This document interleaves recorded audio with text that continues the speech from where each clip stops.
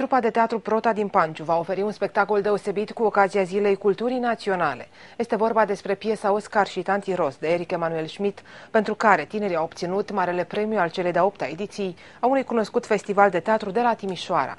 Spectacolul va fi prezentat publicului focșănean vineri la ora 16 la Sala Balada.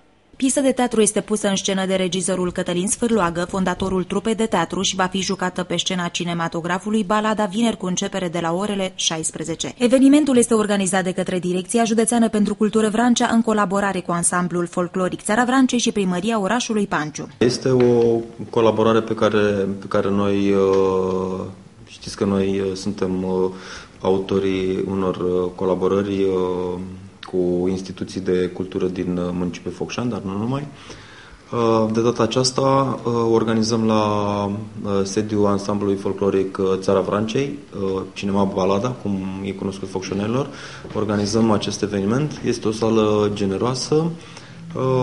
Anul trecut am organizat un concert de pian la Teatrul Municipal, un concert susținut de deja prietenul nostru, pianistul Ștefan Doniga și soprana Bianca Ionescu. Anul acesta am zis să apelăm la formula teatru. Din punctul meu de vedere, evenimentul este primit până în acest moment foarte bine. Eu chiar cred că trupa de teatru trebuie să facă trecerea de la nivel de competiție la nivel de teatru în sine. De altfel, este prima dată când trupa de teatru Prota vine în Focșani să susțină o piesă la nivel independent, adică nu în cadrul unui concurs, nu în cadrul unei competiții, cum a făcut-o până acum în cadrul stagiunii teatrale ale elevelor vrânceni. Ultimul spectacol al nostru în limba română este o adaptare după romanul Oscar și Tanti Ros al lui Eric Emanuel Schmidt.